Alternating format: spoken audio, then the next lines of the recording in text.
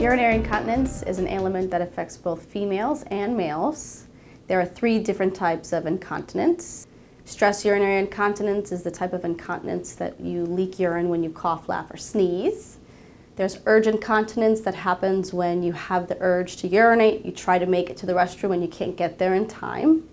Then there's overflow incontinence, which happens when your bladder is already so full, it just kind of leaks out. There's different things that could cause each one of them. So you kind of have to figure out in a patient what type of incontinence they are having and kind of go from there. When a patient comes to see me and they're having incontinence, my goal is to decrease the amount of incontinence they're having. They might not be completely leakage-free, but it might make them going from 5 pads to down to 1 pad per day, and they are happy with that, then I am happy with that. We treat the underlying problem, so we do a good physical exam first. We get kind of an idea of what's going on, and then we start the treatment plan. So stress urinary incontinence can happen for a multitude of reasons.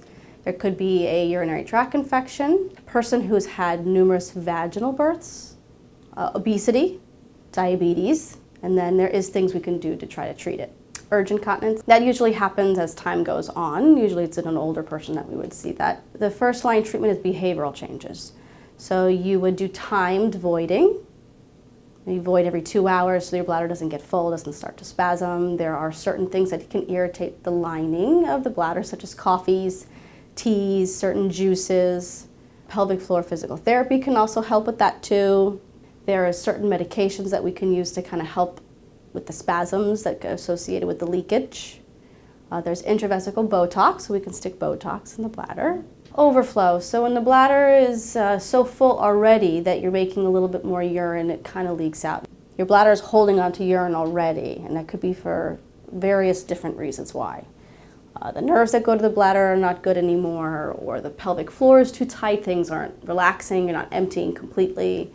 So if the glass is always full, your body makes a little bit more urine and that spills over. So there is surgical options for refractory cases that you try different things and it doesn't work. There is a sling that we put in for stress incontinence. And for the urge incontinence, Botox is a great option.